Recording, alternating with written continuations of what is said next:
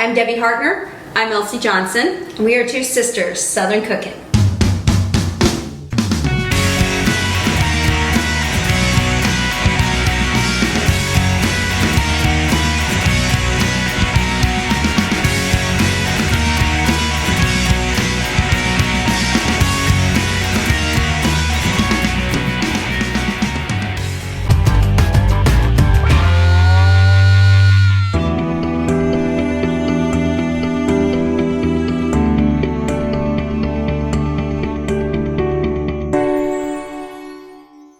Debbie and Elsie. So we are making a peach apple cobbler today. It is getting almost to be Thanksgiving, so it's time for you to break out all those good recipes and put it on the table and impress your family and your friends. So I already have 2 tablespoons of butter in here. I have some kosher salt and we have agave syrup in here. So we have 3 pounds. Elsie, just cut all of these up, and this is 3 pounds of apples, and they are gala apples. Okay.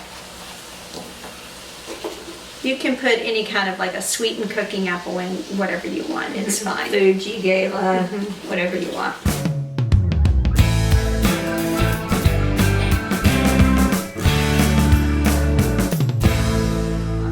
We're going to let this cook for about 10 minutes so it caramelizes it and it just kind of like renders it down.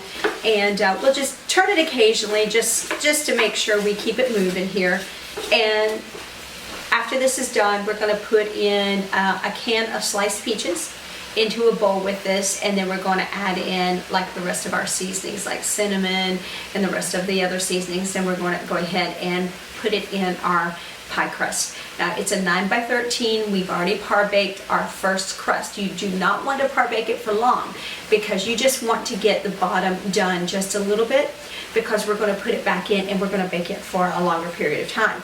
If you par baked it as your normal, you would end up burning it. So you don't want to do that. So this is the way we're going to do it. So we'll be back. We already have our other pie crust rolled out, and we're going to get that on top of here as soon as this is done, and then we're going to bake half of this combination, and then we will bring it out and then put the other layer on. Put the other layer on top of it, and then put the crust on top of that, and then we'll bake it for the rest of the time. So we will show you what it looks like when we get ready to take it off the stove. Hey y'all, so we are back, and I'm going to go ahead and get ready to take this off because our apples are pretty soft now. They're not rendered down completely, but I don't want them to completely be cooked because we still have to bake them. But they are just nice and tender enough that I can put them in our bowl and mix it up with the rest of our ingredients here. I have orange zest here. Oh my God, it's so fragrant. So fragrant. So I have my par baked crust here. I have 15 ounces of sliced peaches. I'm going to go ahead and put my 3 pounds of apples in here. Let me go ahead and just turn this off. Get that out of the way. I'm just going to mix these two together just real quick. I did drain the peaches. I'm going to go ahead and add in the rest of my ingredients. That is cornstarch, that is cinnamon, and also almond extract. So I'm going to be very gentle about mixing these here because I don't want to tear them up too much. And this orange zest is going to add a lot of freshness. It's going to add just fresh flavor. Yeah, and give it a little bit of a punch in the flavor. Okay, I It's think going to wake it up is basically what it's going to do. I think I've got it mixed up as good as it's going to be. Now I'm going to put in a teaspoon of almond extract. Almond is a little bit more strong than like vanilla, so you definitely got to watch your almond input. Because it definitely will give it a different flavor. Yeah. Than vanilla. Vanilla is more of a muted universal taste. Yeah, muted. Almond will take over, like if you're not careful. Yes. So I'm just gonna add in about a half an orange of zest here. It's a navel orange and it smells so good. I'm just gonna mix this so it's all mixed in here. And then we're gonna take half of this mixture and put it in our baking dish. And then we will take our pie crust and put it on top, and then we'll bake it at 350. And I'll give you all of the times in the description box below.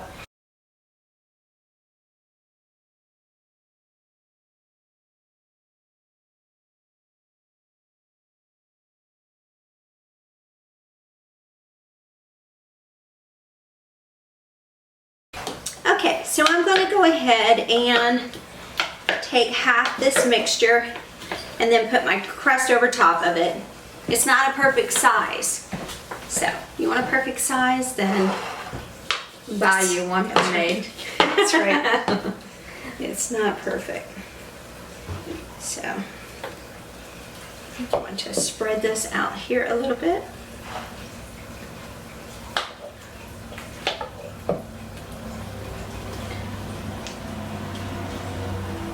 The size of those apples versus the size of the peaches are almost identical. That Yeah. worked out good. So it'll be perfect Right. for baking because you want them to be at equal size. Right. So, whoopsie.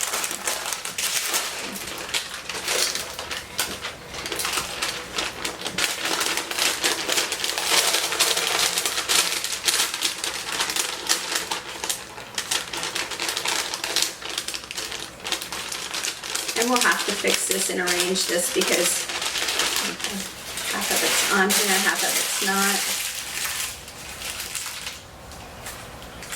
So we'll put this over top of it and then we'll bake it. I know it's not pretty, but it'll do. We're going to go ahead and put this in the oven. We're going to bake it up and then we'll get it out. We'll add the second layer on it. Then on top of that, we're going to do it like an egg wash and sprinkle it with a lot of brown sugar. It's going to be so good. All right, guys, we will see you when we come back.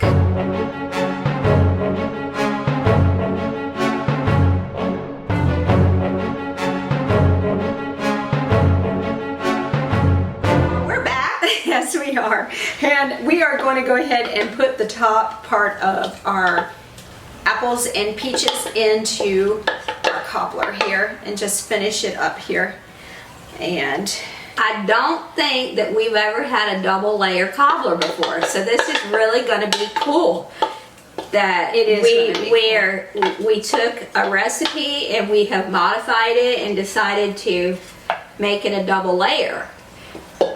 One of my favorite things about any kind of pie or cobbler is the crust. So having 3 layers of crust, your bottom, a middle, and a top, is going to be really good and different. So this is hot-ty burnedy. So we did put the pie crust into the refrigerator because the other one was a little soft and I was a little concerned that it was going to break up too much. So we're just going to tuck this down here on the sides, just kind of like crimp it out of your way. And we're going to, well, We got natural holes in there from it, so that'll be good. So I'm just going to make little holes here. So what we're going to do is we're going to put some egg wash on top of here.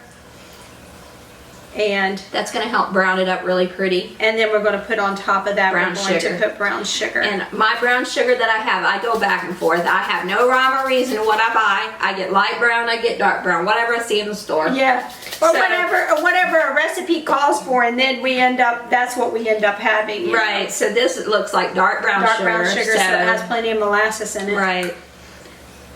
So this here is going to bake for another, I think, 40 minutes, and then we'll be done until it starts bubbling and the juices start to bubble out. And we're just going to take a cup of brown sugar and put on the top of it. And the thing with any kind of pie or cobbler is you definitely want the inside to bubble because that's what congeals. That's what makes all the cornstarches and everything get activated and make it firm up and get thick. So when they say that you know, you want to see it bubbling. That's why, because you want it to boil basically within the pie, and that's for any fruit pie, any kind of pie like that. So it takes about a total of, I think it's going to be about maybe 55-60 minutes in the oven itself, because you par baked it initially with like 5 minutes, and then you cooked it for 10 minutes after that with the first layer, and now we're going to do 40 minutes of that, so that's going to be about 55 minutes total in the oven. So, and I'm going to tell you, I do believe this is holiday worthy. yes, I do believe. oh truly. yeah, yeah. It's not super sweet, And it's not super runny either. No, it's not. It's not And a whole lot of juices in it. and the cornstarch is going to thicken it right on up. But it's going to be it's not super sweet, but I think the natural pectins and the natural juices from the apples and the peaches are going to sweeten it up. And it's going to be so good. And of course, this brown sugar on top is going to make a big. It's going big to difference. caramelize kind of too. It's going to be sinful. Yeah, it's going to. And that there in itself is going to make it where you just cut right into that. It's going to be nothing but pure sugar on top. It's going to be good, y'all. I wonder if you took a couple pats of butter and put on top, if that would make it too soggy. I don't know. You want to try it? Like one here, one there, maybe. Like 2 tablespoons, and that way it'll just Maybe kind we of. put like a thin layer of maybe like a 2 tablespoons to make them thin layers. Yeah, and Okay. just sprinkle them about, because that'll help melt and make that brown sugar crystallize. And I know there's egg underneath, but I'm thinking because brown sugar and butter kind of just, you know, do miracles. Yeah, they do. We're just going to sprinkle a little bit of butter on the top. You know, butter makes everything better. The same as bacon. Bacon and butter. That's your southern way of life. And that, my and friend. between that, I think that's probably a tablespoon, maybe.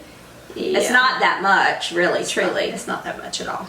Maybe a tablespoon and a half, 2 tablespoons. Yeah. There Put we a little go. in this corner right here, and then I think you're good. It's going in the oven at 350 for 40 minutes. 40 minutes. All right, we'll see you when it comes And out. we're gonna have some delicious cobbler. Yes, we are. Happy Thanksgiving, guys.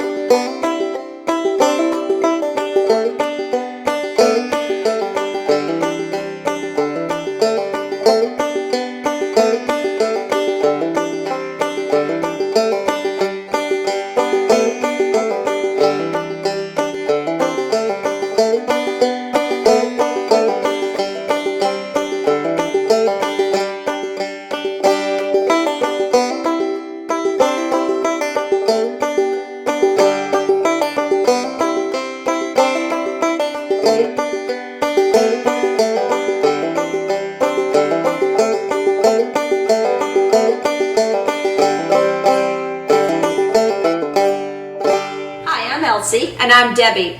We're 2 sisters Southern cooking. And we thank you for visiting our page. Please like, share, and subscribe.